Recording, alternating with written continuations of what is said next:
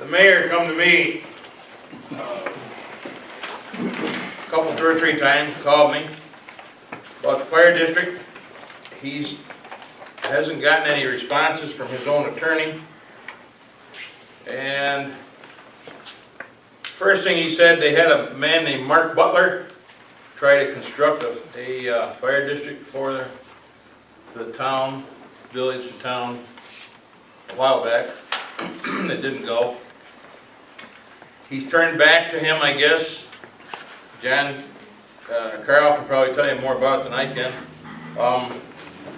But he wants to have, he's in a hurry, and maybe Carl can expand on that too for some reason.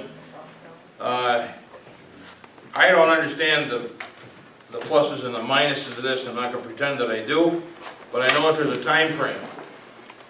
Go ahead.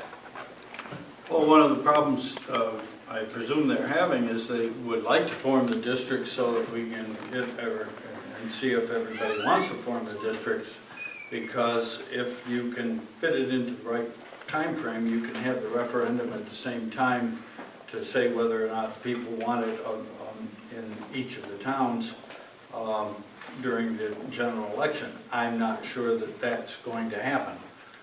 But that's one of the things Bill Tucker is interested in trying to get this thing going, and he's been working on it ever since spring, and hasn't been able to get the numbers and everything together to figure out exactly what each town would have to be paying as opposed to what they're paying now.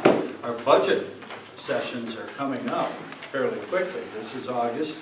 In September, we get together all the information that's gathered for what departments want in their budget, and they start putting the budget together in the town and hold budget meetings and try to stay within the cap, which by the way is like 0.6% this year, not 2%. Quite low. It's really, really low because it's tied to inflation, and supposedly with gas prices going down, which is a major part of the inflation index, even though everything else seems to go up, that's what happens when you have formulas like that. So naturally, Bill would like to get this thing settled as soon as possible, because I think one of the things, Bill, I'm not trying to put words in Bill's mouth, but I think one of the things he wants to do is try to see that it's as fair as possible and everybody has input, rather than the village of Canisteo with fingers pointed at them saying, you keep raising our prices and everything else. He would like everybody to be able to participate in that.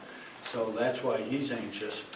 I'm not sure that we're going to be able to get it done before the budget time, so I would assume for you people on the board that you're going to have to make your budget as if it doesn't happen, because we wouldn't know until a referendum whether or not the thing's going to go.